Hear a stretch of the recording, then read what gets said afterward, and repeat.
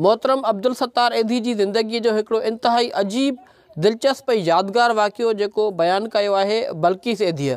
वो चवे थी त रात जो वक्त हुयो, असां कराची खां सखर पे वियासीं। रस्ते में असांजी गाॾीअ खे कुझु फोरुनि कुझु लुटेरनि रोकियो। असांजी गाॾीअ खे हू साइड ते वठी विया जिते काफ़ी ॿियूं बि गाॾियूं बीठियूं हुयूं ऐं उन्हनि खां उहे फुरलुट करे रहिया हुया। असांजी गाॾीअ वटि बि आया, असां खां बि हुननि फुरलुट कई। जेतिरो असां वटि सामान हुयो खीसे में या गाॾीअ में उहो सभु हुननि फुर कई। अचानक उन फोरूअ जी नज़र अब्दुल सत्तार एधी साहब ते पई ऐं हू जल्दीअ पंहिंजे उन सरबराह ॾे या सरदार ॾे वियो ऐं उनखे असां जे तरफ़ वठी आयो। उन सरबराह अब्दुल सत्तार एधी साहब खां पुछियो त छा तूं अब्दुल सत्तार एधी आहीं? जवाब में चयईं त हा।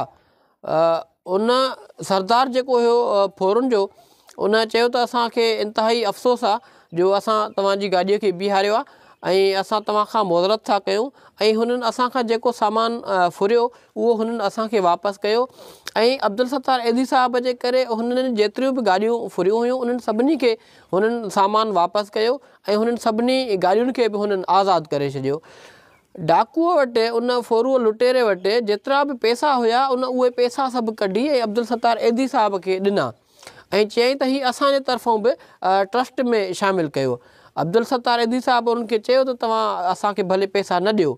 त उन डाकूअ चयो, उन फोरूअ लुटेरे अब्दुल सत्तार एधी साहब खे चयो त असां जेके डाकू आहियूं या जेके फोरू लुटेरा आहियूं, इहे अक्सर पुलिस मुक़ाबलनि में मारिजी वेंदा आहियूं ऐं पोइ असांजे लाश खे असांजा माइट बि पंहिंजो न आहिनि कंदा ऐं असांजे लाश खे असांजा जेके रिश्तेदार हूंदा आहिनि उहे बि रिसीव न आहिनि कंदा ऐं असां बेकफ़न लाश रस्तनि में चौराहनि में पियल हूंदा आहियूं। इहा एधी एम्बुलेंस सर्विस आहे जेका असांजे लाशनि खे पंहिंजो कंदी आहे ऐं असांजे लाशनि जो कफ़न दफ़न जो इंतिज़ामु कंदी आहे। त असां अॼोकी तव्हांखे ॾिनल तकलीफ़ जो इंतिहाई अफ़सोस था कयूं ऐं मुअज़रत था कयूं ऐं तव्हांखे असां जेको ट्रस्ट जे तौरु अतियो ॾियूं था, असां गुज़ारिश था कयूं त असांजे लाइ उहो लाज़मी क़बूलु कयो। दोस्तो, अगरि ॾिठो वञे त मौजूदा दौर में इन तरह जो अहसासु नाहे रहियो, हालांकि कंहिं ज़माने में उन्हनि फोरू लुटेरनि वटि बि अहसासु हूंदो हुयो। अॼु जे दौर में जंहिं वटि जंहिंखे जेतिरो बि मौक़ो थो मिले उहो माण्हू उते ओतिरो ई लुटे थो ऐं फुरे थो।